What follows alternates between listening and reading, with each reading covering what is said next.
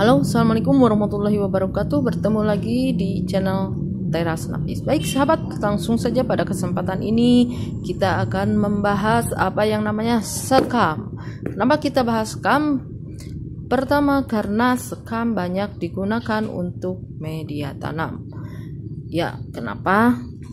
Di Indonesia khususnya banyak digunakan untuk media tanam. Pertama, karena murah. Kemudian yang kedua juga melimpah, mudah didapat. Selama kita di Indonesia banyak menanam padi dan makanan kita sehari-hari nasi, maka sekam akan mudah didapatkan dan harganya sangat murah ya teman-teman. Sekam ini didapat dari kulit padi yang kita ambil berasnya di mesin penggilingan padi. Nah, kalau untuk menjadi beras kan dari padi masuk ke mesin penggilingan padi, kemudian ini kulit padinya menjadi sekam. Baik, untuk kenapa bisa jadi media tanam, sekam bisa menambah porositas, bisa membuat gembur juga media tanam, namun ada kekurangannya. Kalau sekam mentah seperti ini langsung kita gunakan sebagai media tanam, teman-teman. Yang pertama itu kalau kita pegang ini suhunya agak panas. Yang kemudian masih ada kemungkinan tumbuh jamur apabila sekam mentah ini langsung digunakan sebagai media tanam atau campuran media tanam. Dan selanjutnya miskin unsur hara, karena bentuknya masih mentah seperti ini, unsur hara yang terkandung di dalamnya masih akan sangat sulit ya diserap oleh tanaman. Oleh sebab itu ada beberapa jenis pengolahan untuk mendapatkan sekam padi ini yang bisa poros, menggemburkan tanah, dan juga sedikit patogennya, kemudian juga banyak mengandung unsur hara. Yang pertama, pengolahan sekam mentah ini bisa direbus. Kalau direbus ini ya tinggal direbus saja ataupun bisa disangrai. Nah, kelebihan dari sekam mentah yang telah direbus atau disangrai itu unsur-unsur patogen yang di dalamnya halus. Namun masih ada kekurangannya teman-teman, yaitu unsur haranya masih belum terdekomposisi. Unsur hara yang di dalam sekam ini masih belum terdekomposisi. Kalau proses perebusan hanya menghilangkan patogen saja ya teman-teman. Selanjutnya, apabila hasil rebusan kita gunakan media tanam, secara alami nanti di dalam media tanam ini akan terdekomposisi secara alami oleh mikroorganisme alam yang ada di media tanam, sehingga ada kemungkinan nanti setelah jadi media tanam menimbulkan suhu panas. Kita tahu bahwa pada proses pengubusan kan terjadi peningkatan suhu. Nah, begitu juga kalau ini di media tanam juga ada proses dekomposisi, ya bisa menyebabkan suhu panas di dalam media tanam.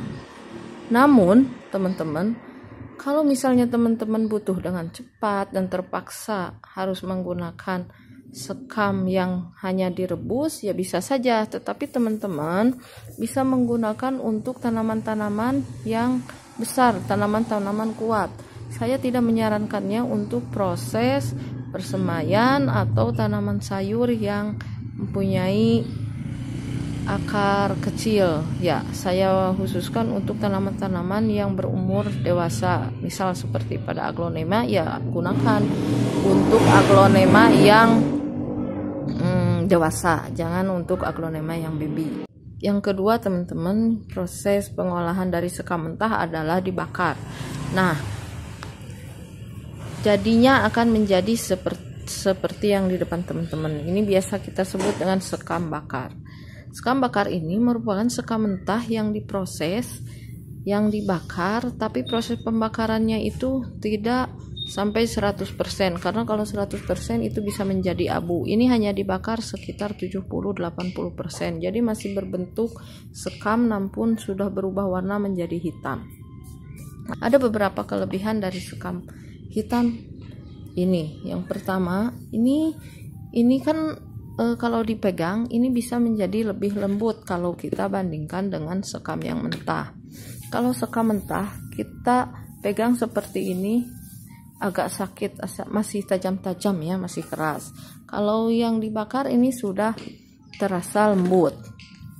Kemudian sifat porositasnya menjadi lebih, serta ada kandungan karbon yang dibutuhkan oleh tanaman dari proses pembakaran ini. Kemudian steril, ya pasti sudah steril ya teman-teman karena dibakar. Kemudian juga ada unsur hara yang terkandung seperti tadi karbon, ada tambahan unsur hara yang terkandung daripada sekam mentah kalau kita bandingkan, seperti tadi karbon dan kalium juga bisa terkandung dalam sekam bakar ini. Ini sangat banyak digunakan oleh para pecinta tanaman untuk menjadikan campuran media tanam. Selanjutnya dan yang terakhir, yang ketiga, yaitu bisa difermentasi.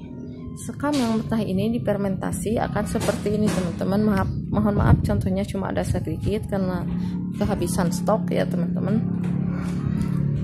Nah, sekam yang sudah difermentasi ini kalau kita pegang sudah sangat dingin, berbeda dengan sekam mentah yang seperti ini. Kalau kita masukkan tangan seperti ini akan terasa hangat ya teman-teman, tapi berbeda kalau sekam yang sudah difermentasi seperti ini, jadi dingin ya kalau kita pegang. Kemudian dari bentuk fisiknya juga, dari warnanya fisiknya juga ini sudah berbeda. Kalau yang mentah ini kelihatan masih cerah, terang. Nah, kalau yang sudah difermentasi ini sudah agak gelap ya, menuju kecoklatan. Ada beberapa kelebihan dari sekam fermentasi. Yang pertama, dia ini karena sudah terjadi pelapukan, maka unsur hara yang terkandung dalam sekam fermentasi ini lebih banyak, yaitu bisa mengandung fosfor, kalium, dan selain itu juga tentu proses fermentasi yang dilakukan itu membunuh atau menghilangkan unsur-unsur patogen dan jamur yang tidak baik untuk tanaman. Karena dalam proses fermentasi kan ini menggunakan mikroorganisme lokal. Jadi mikroorganisme lokal itu mengurai si sekam mentah ini sehingga unsur-unsur yang di dalam sekam ini keluar ya, seperti tadi unsur hara fosfor, kalium, dan ini sangat bagus sekali untuk campuran media tanam, hingga unsur hara yang ada di dalam sekam fermentasi ini akan sangat mudah diserap oleh tanaman. Nah, baik teman-teman, setelah mengetahui apa perbedaannya, kita kembalikan keputusan teman-teman akan menggunakannya yang mana. Semuanya baik menurut saya, tinggal bagaimana menyesuaikan penggunaannya saja. Terima kasih telah menonton. Wassalamualaikum warahmatullahi wabarakatuh.